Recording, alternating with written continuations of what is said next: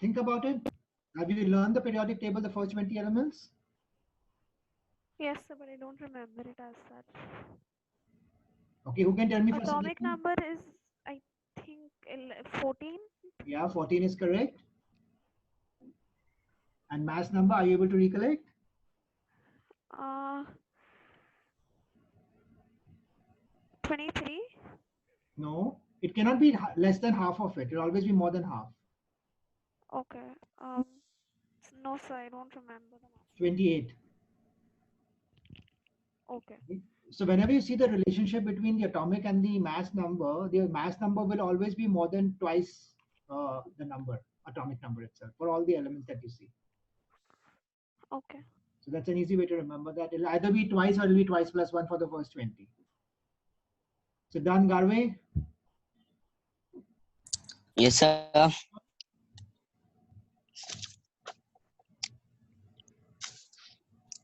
Argon.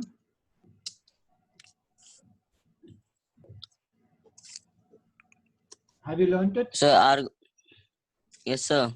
Think.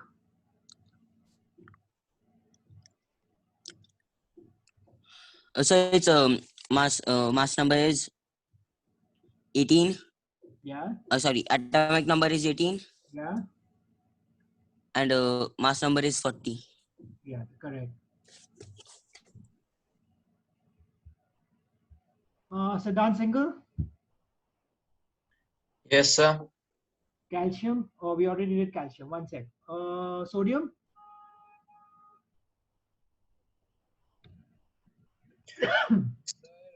Sir, the atomic number is 11 and mass number is 23. Yeah, 11 and 23. That's correct. Okay. So in the previous lesson, we saw that the atomic number and the representation of a symbol was X, and we would write the atomic or mass number with the atomic number or X, A to Z, right? Where A is the mass number and Z is the sorry, atomic number. Now let's study about something called the relative atomic mass.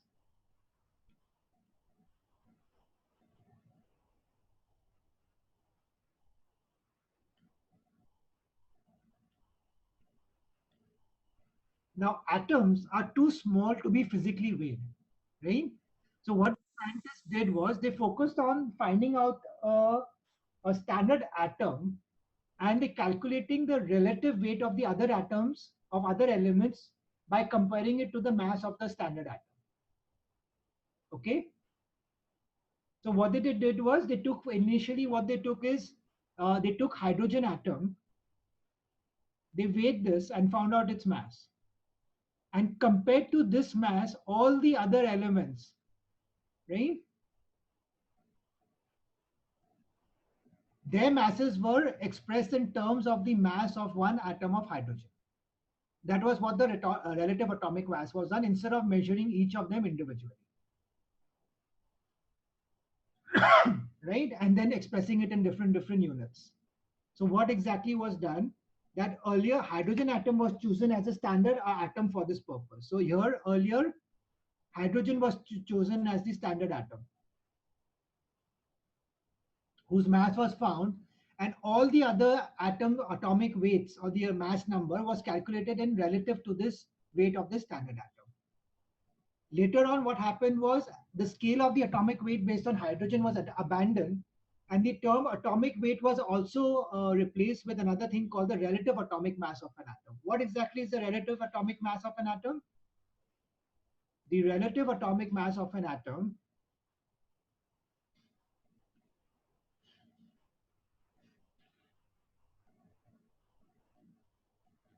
is the number of times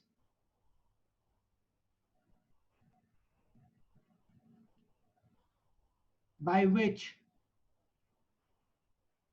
the average mass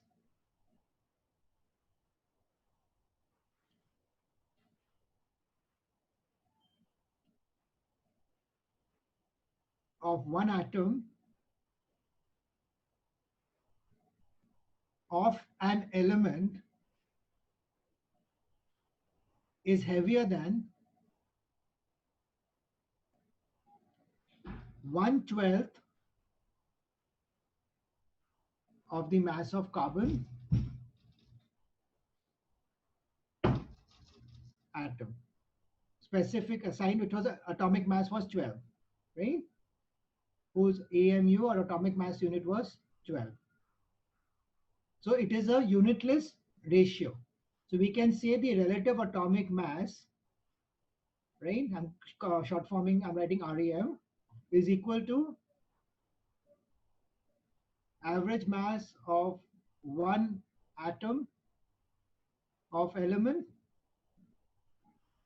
upon 1/12 the mass of carbon 12.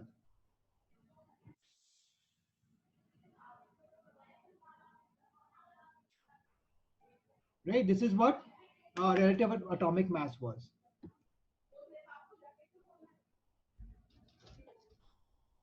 Please copy this down.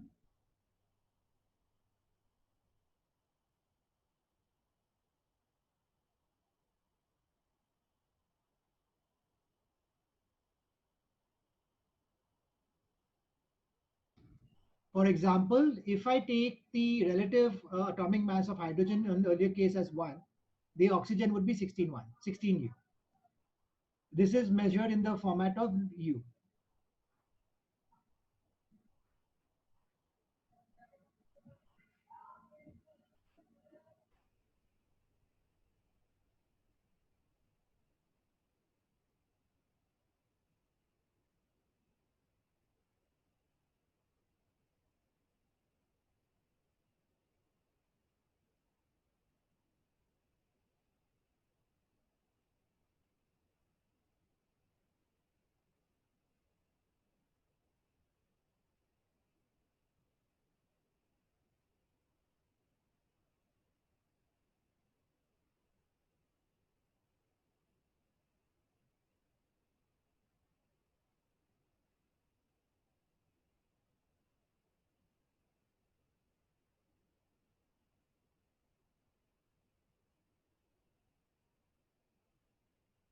Any doubts, anyone?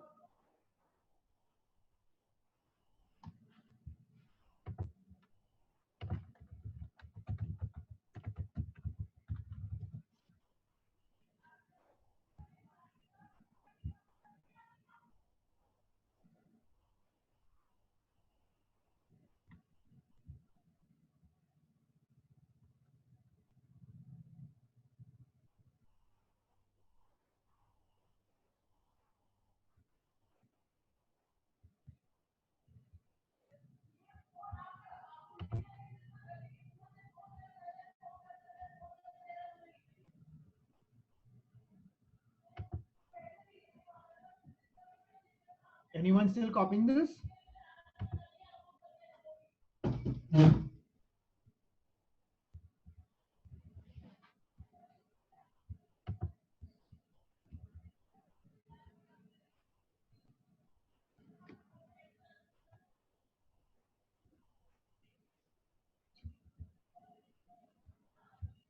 Next year, we will be studying in depth about what relative atomic mass is and how to find out. This year, it's enough to just calculate this and know that it's 1/12 the mass of a carbon.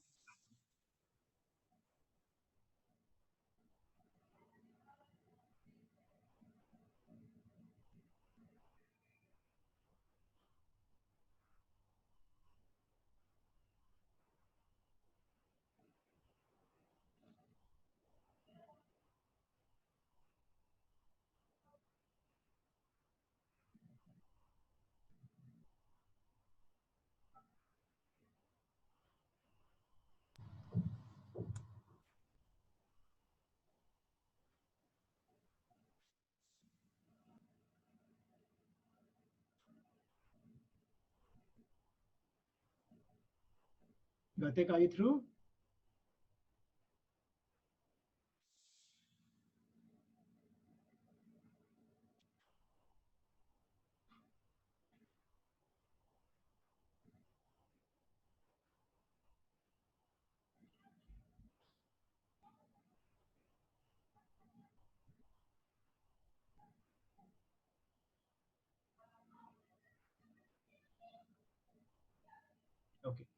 Now there are something known as isotopes. Okay. What exactly are isotopes?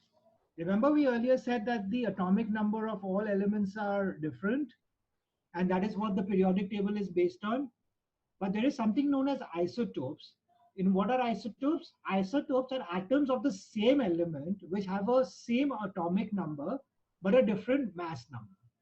So these are basically variations of the same element. So the earlier definition of atomic number, in which we said that every element will have a different atomic number, that will hold true. These are variations of the same element itself. So atoms of the same element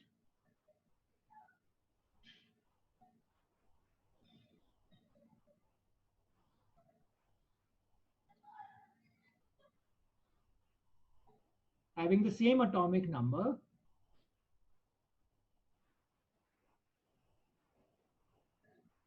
but different mass number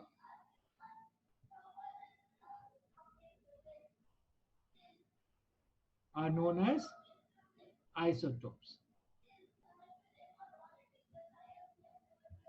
Right? For example, nitrogen. Right? We have two isotopes of nitrogen. Nitrogen, the one isotope is 116.7 and the other isotope is 15.7. So in both these cases, what are we observing?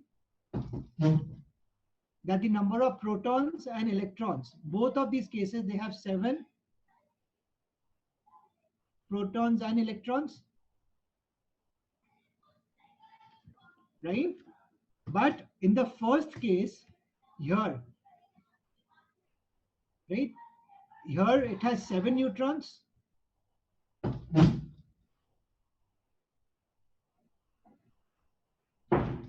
Sorry, this is 14 and 15, not 16 and 15.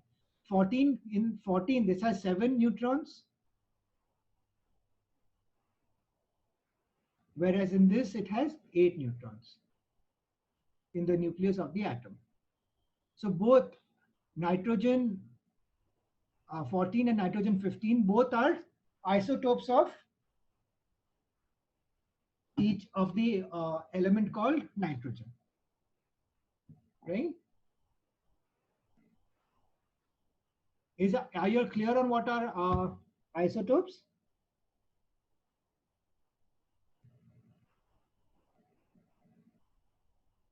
So isotopes, they basically have the same atomic number but different mass number. That means the number of protons will always be the same, but the number of neutrons will change. That's why this mass number changes. Please copy this down. Let me give you another example. Okay, copy this down. I'll explain with a few examples more.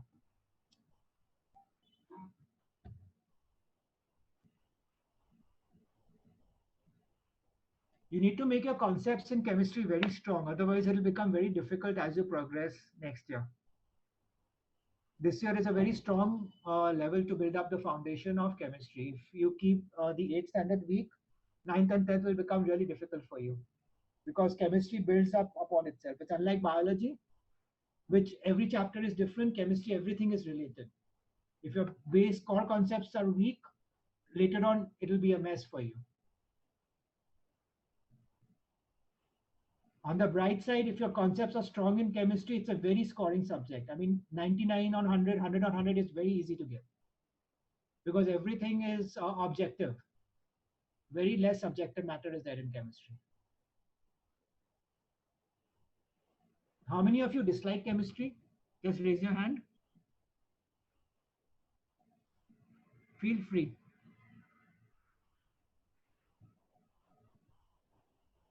And why do you dislike chemistry?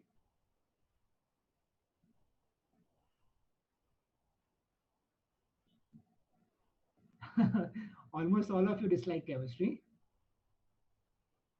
Why is that, any one of you? Can you give me a reason why?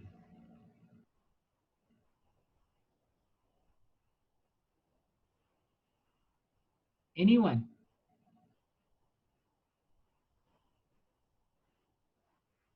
Why do you dislike chemistry so much?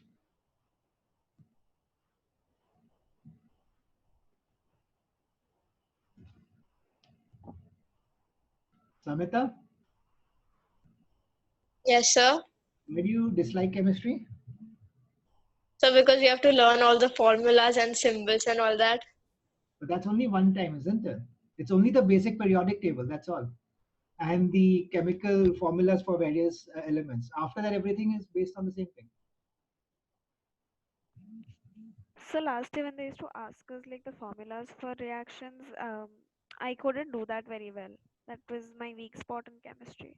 Okay, that is because what happens here is that our basics are weak, so that's why I've been telling you, if you see the way I've been explaining, I'm trying to get the entire concepts explained to you very properly. So in chemistry, everything builds up upon itself. For example, if we don't know what happens when an acid reacts with a base, we will not know what to do later on. Or if we don't even know what an acid is, right?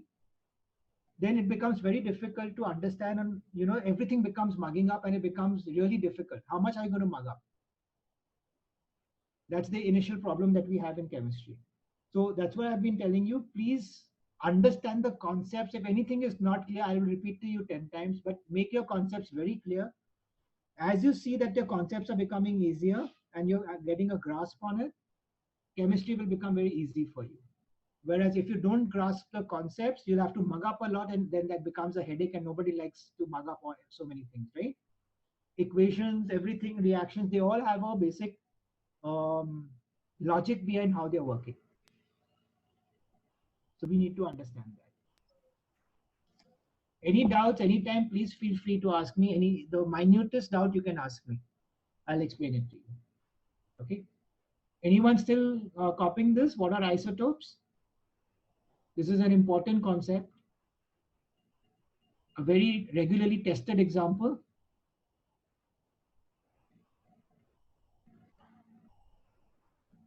Okay. We have another examples of isotopes we can take of hydrogen. Hydrogen has 3 isotopes. They are known as protium, deuterium, and tritium. Okay. In all the cases, the atomic number is 1, right? Whereas the mass number changes to 1, 2, and 3. So all the 3 cases, protons will be equal to 1. In the first case, the number of neutrons is 1. In the second case, the number of neutrons is equal to 2. Right? In the third case, the neutrons will be equal to 3. Sorry, the first case it will be 0. What's wrong with me? Protons are 1 in all 3 cases. First case, neutrons will be 0. Second case, neutrons will be 1. Third case, neutrons will be 2.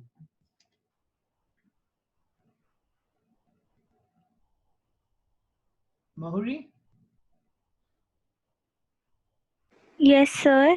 tell me why in protium the number of neutrons is 0? So could you please repeat?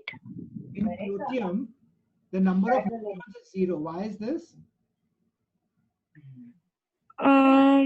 Because it has more protons in it. It has only 1 proton. All the 3 cases, it has only 1 proton. Sir, I don't really remember. Think about it. We did mass number and atomic number. Yes, Parth, can you help her out? Sir, because the atomic number is 1 and the number of protons is also 1, so the neutrons will be 0. Why? Sir, because the atomic number is the total of the protons and the neutrons in the nucleus. No. No, Parth. And mass number is the total of the protons and the neutrons. And how many? What is the mass number for protium? Hello? Yeah, and what is the mass number of protium?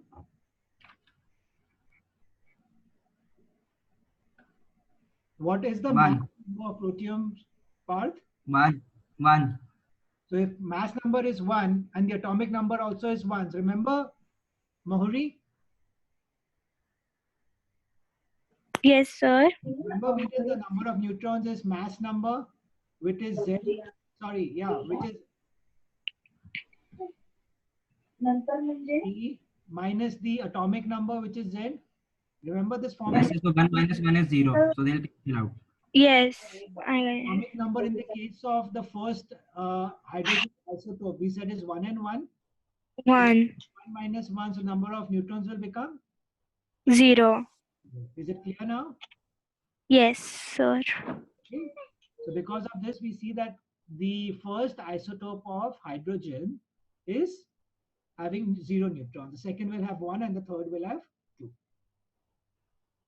Right? Another example is of carbon. Like we just said, what is carbon, right? We have carbon 12.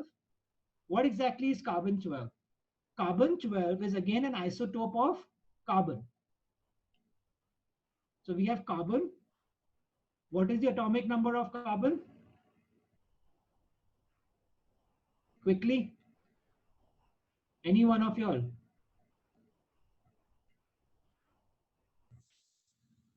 Avni? Siddhant, the atomic number. 6. 6. Right? So again, carbon has 3 isotopes.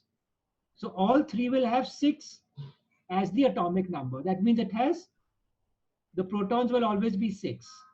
Right? Now the first isotope of carbon is called carbon 12. What we just did, the relative atomic mass, 112, the atom of atomic weight of the carbon 12 atom. Second is called carbon 13, and third one is called carbon 14. Right? The first one has 12, 6, 13, 6, and 14, 6. Right? So what will we do over here? What will we notice that all of them, they have the number of protons equal to 6, but neutrons in the first case will be 6, 7, and 8 in the third one. Right? Is this clear? So when we say carbon 12, we're referring to the first isotope of carbon, which is carbon 12. Please copy this down. Sir, Yeah, Avni? is there a specific reason why the number of isotopes is different for each element? It's not there for every element. Some of them, they exist in different properties. They have different properties because of that. Okay. Thank you, sir. Yeah.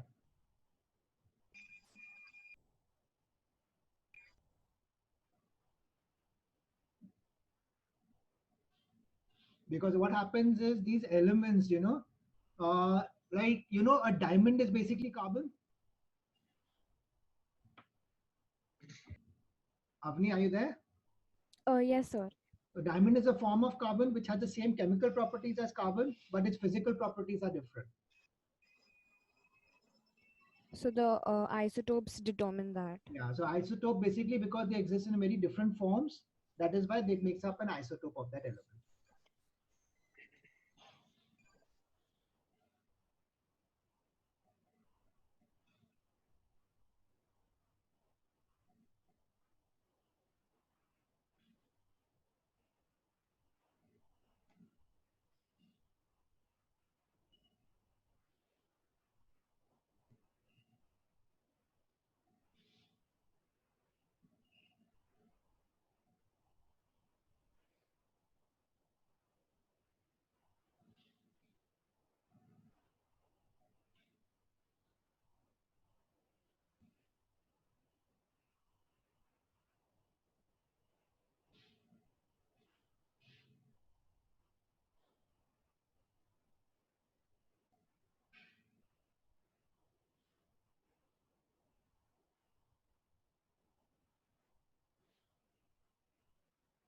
Okay, are you all through?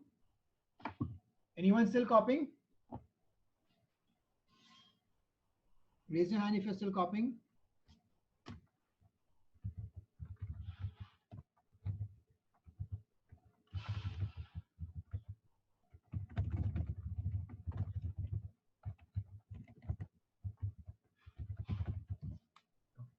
So we have a few properties of isotopes.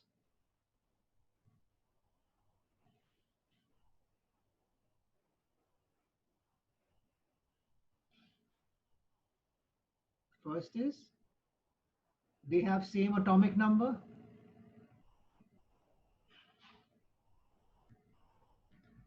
That is, the protons are the same,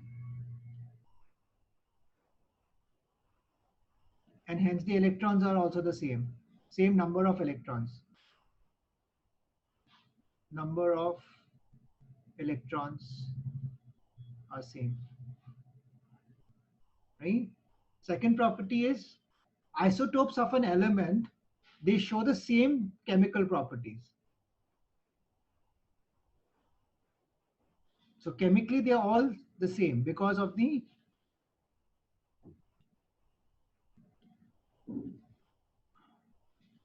atomic number.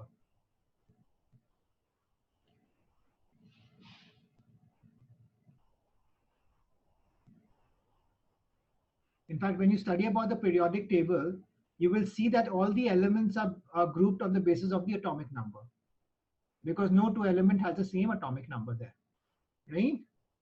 And the mass dependent properties like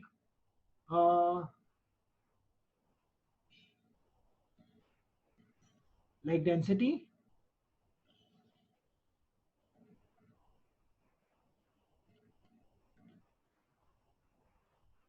melting point,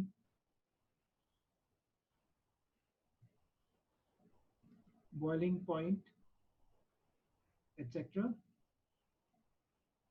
differ in different isotopes. That means the physical properties will differ.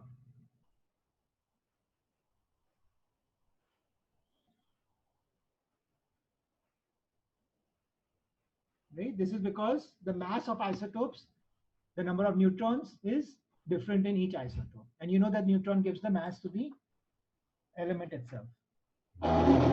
Please copy this down.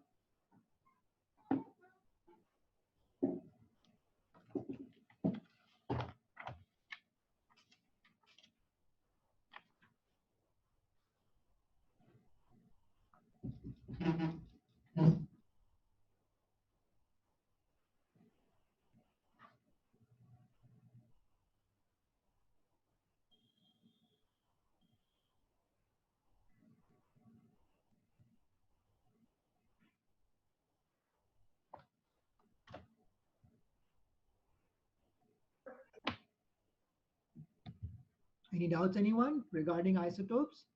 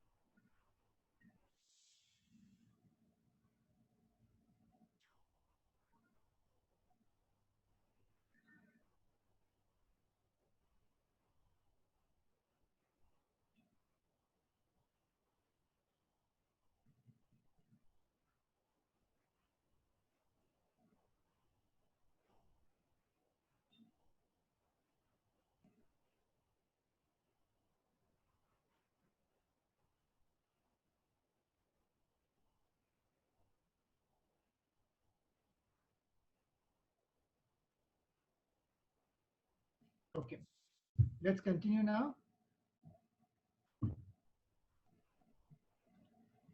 Let's study about what is called electronic configuration.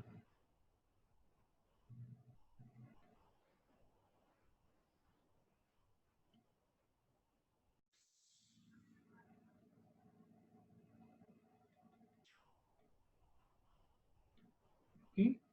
Now we already said that electrons are arranged in different shells around the nucleus of the atom, right? So we have the atom, the nucleus over here.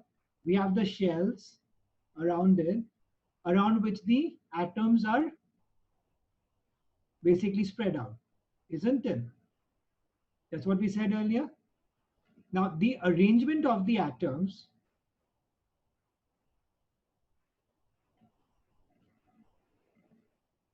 of electrons in different orbits or shells around the nucleus of an atom is called electronic configuration.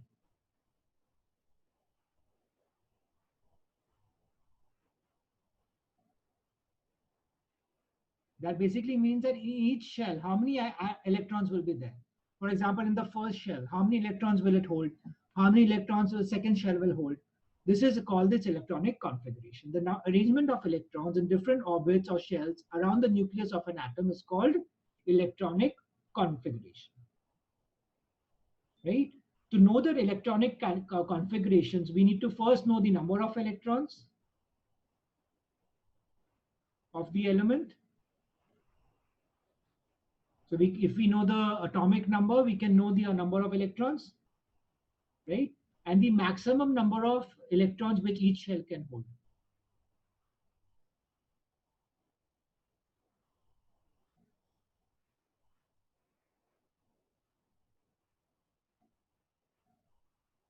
Right? And we also know that each shell has a fixed amount of energy. It can hold only a certain amount of electrons.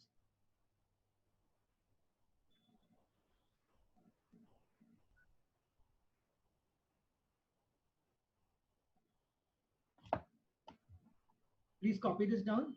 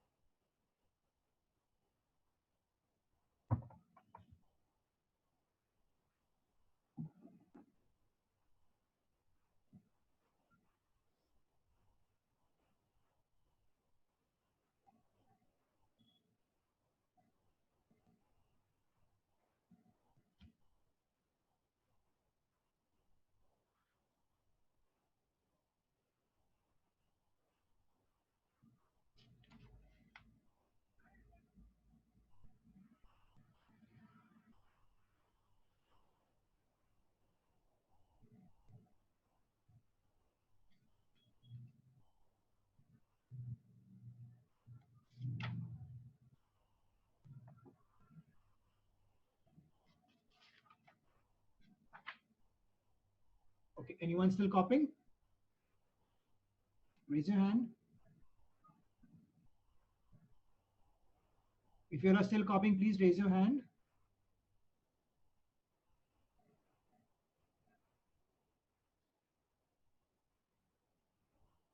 Now, do you remember that we studied about the Bohr-Bury scheme? So these shells which were there, they were proposed by Bohr and Bury, which we did earlier, right? And it was called the Bohr-Bury scheme, as it was proposed by Niels Bohr and Charles Bury. What does it say? The rules which follow for this Bohr-Bury scheme for making the electronic configuration is the amount of energy. Remember we said that the first shell is called the K shell, then the next shell is called the L shell, and the one after that is called M, and so on, KLMN. So the rules are the amount of energy in the various levels increases as we go further away from the nucleus, right?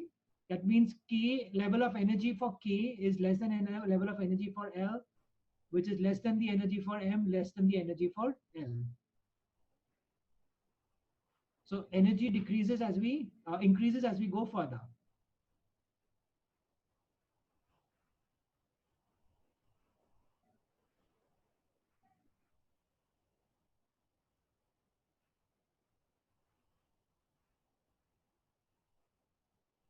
right? That was the first basic rule.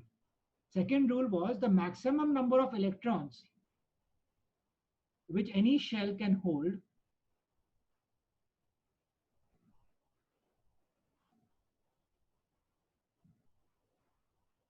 is represented by or determined by the formula 2n squared, where n is equal to the shell number.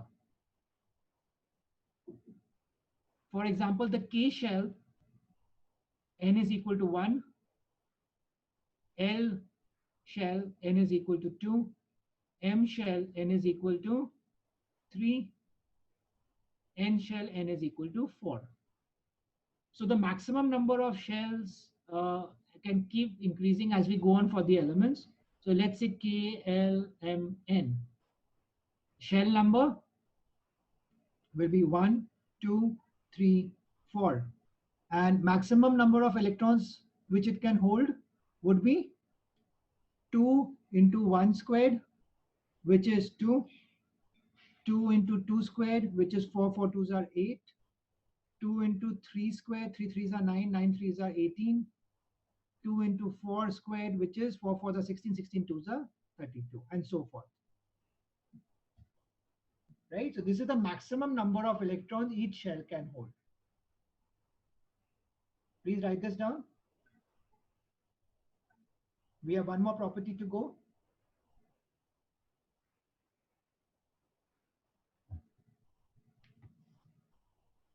So this 2n squared is known as the Bohr-Bury scheme because they proposed it. This is very important. And we are referring only to electrons right now because we're studying about electronic configuration, that is the arrangement of the electrons in the shell.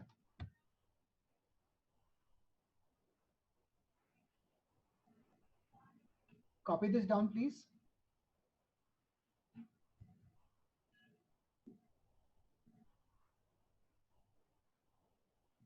Does anyone of you have a doubt in any of what we have covered so far? This one is very important. If you're not clear on this, everything will go haywire.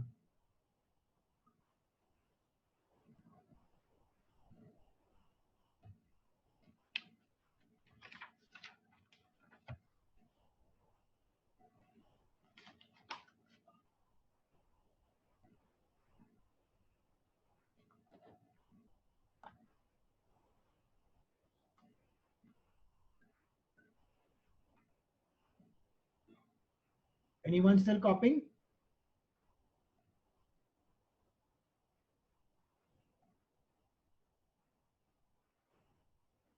Raise your hand if you're still copying.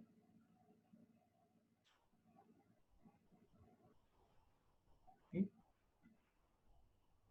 One more property is the outermost shell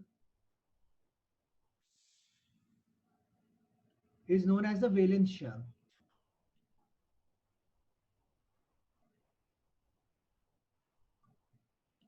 Right? This shell cannot hold more than 8, which is called the octet rule, or 2, which is called the duplet rule.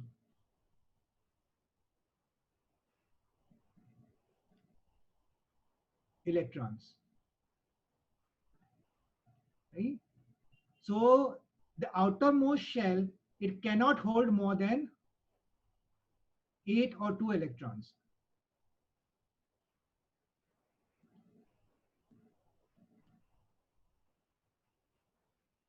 Right?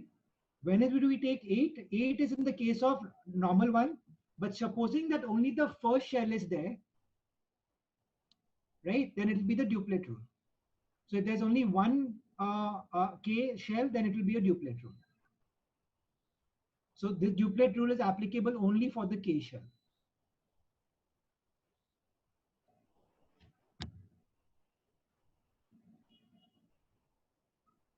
The reason behind this is that 8 electrons in the last shell makes the atom very stable.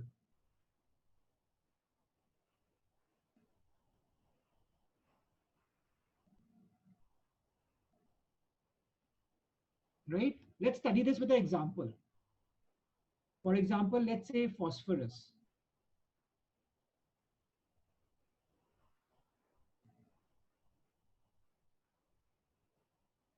Sarah? Yes. What's the atomic number for phosphorus?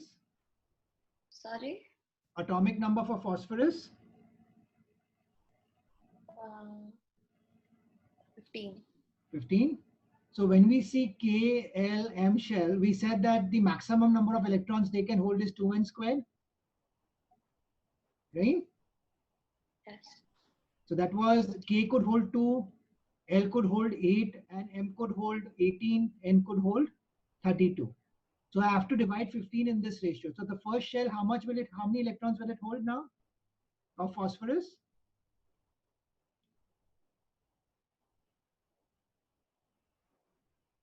Sarah?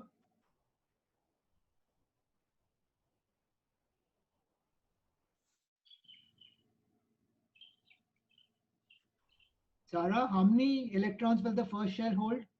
This is the maximum it can hold.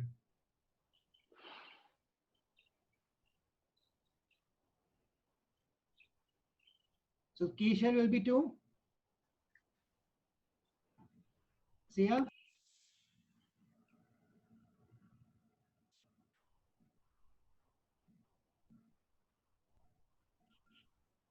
Sia, how many electrons will L shell hold now?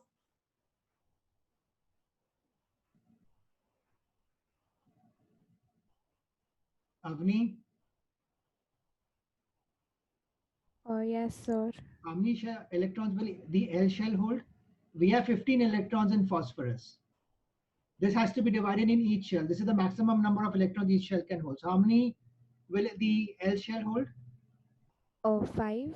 Why? We have to take 15.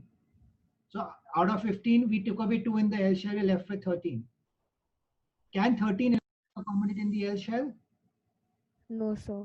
How But many? the last shell has to have 8, right? It's 8 not the last electrons. shell, right? It's not the last shell right now. Maximum number it can be in the last shell. Okay. L Okay, shell then can 8. hold 8 electrons. So can't we write 8 electrons here? We can. So we are through with 8 more electrons out of 13. How many are we left with? 5. These 5 will come in the next shell, which is 5 here. So the electronic configuration of phosphorus would be 2, 8, 5. This is how the electronic configuration of any element is written as.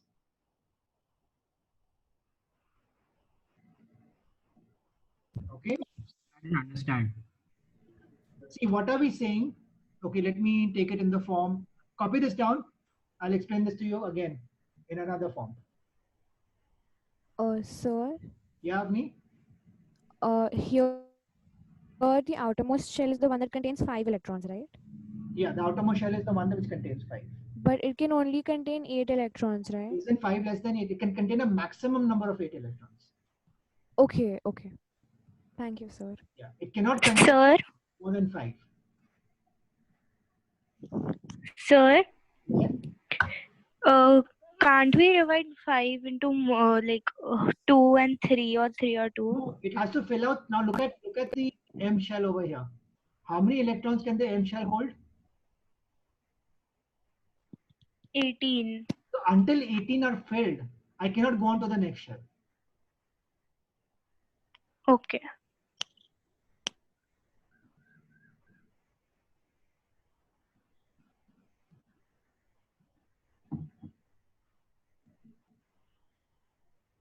Copy this down.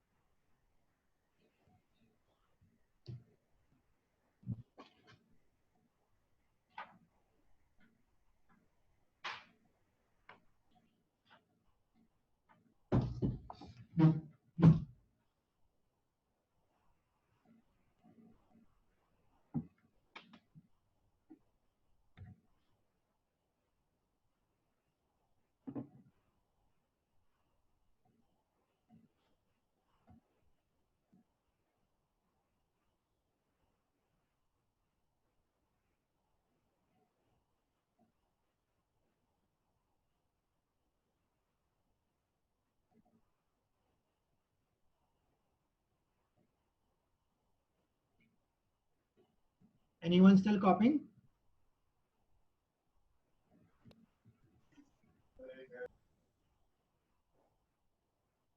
Please raise your hand if you're still copying.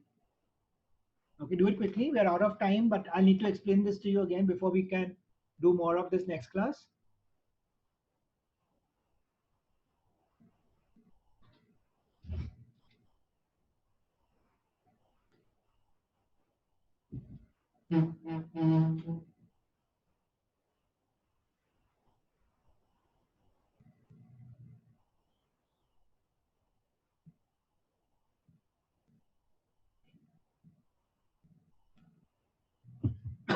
Okay, let's see it again now.